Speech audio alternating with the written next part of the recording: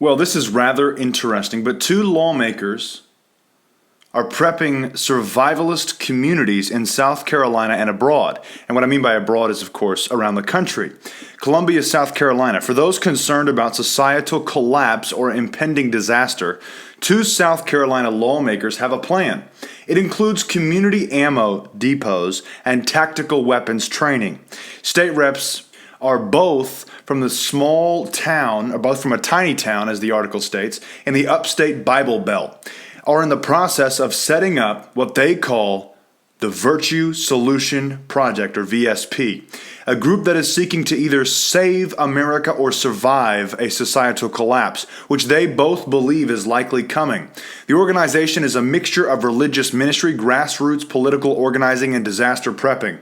At its core, their movement hopes to save the country by reshaping it to their interpretation of the Founding Fathers' ideals. I gotta say, that's really interesting. Think about that for a sec here. We have lawmakers who are preparing for a societal collapse in South Carolina. But they're not just doing it selfishly, they're spreading this around the country. They are advocating that their followers and offshoot groups from their own communities that will no longer have to rely on corporate America or the tyrannical federal government, they are encouraging neighbors to support principled men, such as themselves, who are willing to nullify laws and court rulings they don't agree with, like abortion, gay marriage, gun restrictions, and federal standards for driver's licenses. For their members who are not in political office, they advocate doing their part by finding their way onto juries in order to acquit people charged with crimes they personally believe are unjust. If that doesn't work, they will have community preparedness centers where there will be access to reading material, tools, food storage, ammo, and more. We got to ask the question.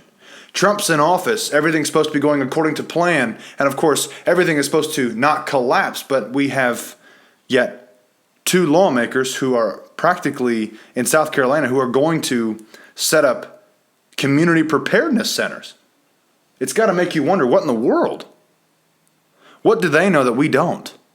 Is the real question. The centers will be there when the economy collapses, a natural disaster occurs, a foreign nation attacks, the federal debt dooms the country, or an electromagnetic pulse wipes out the nation's infrastructure. All are scenarios they have considered. Now, it's quite interesting to see this. Two lawmakers, again, in South Carolina are setting this up. These aren't just random citizens. These are two lawmakers. The centers, or what they're called, are micro hubs that neighbors and fellow members of their, quote, militia will be able to learn about spiritual leadership, first aid, farming techniques, renewable energy sources, and setting up perimeters and other tactical defense strategies.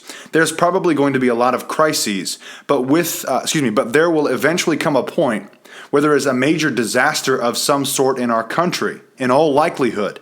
Magnuson said during one of the lectures he gave in the past year and downloaded onto YouTube. We need to be ready for that.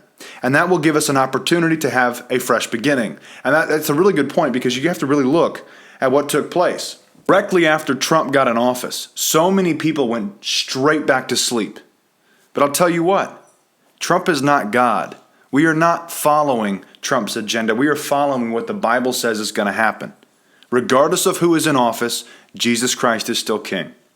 Regardless of who is claiming they can fix this and do that, Jesus Christ is still king. His word is above the president. It's above everything. We have to understand that. Let's put it that way. We really have to understand that. It doesn't matter, again, who's in office. The agenda is still at play, and we're seeing it unfolding right before our eyes. We're seeing this division, and it's insane. The Bible says wars and rumors of wars. The division that we're feeling in our country right now, it is insane. But hang on.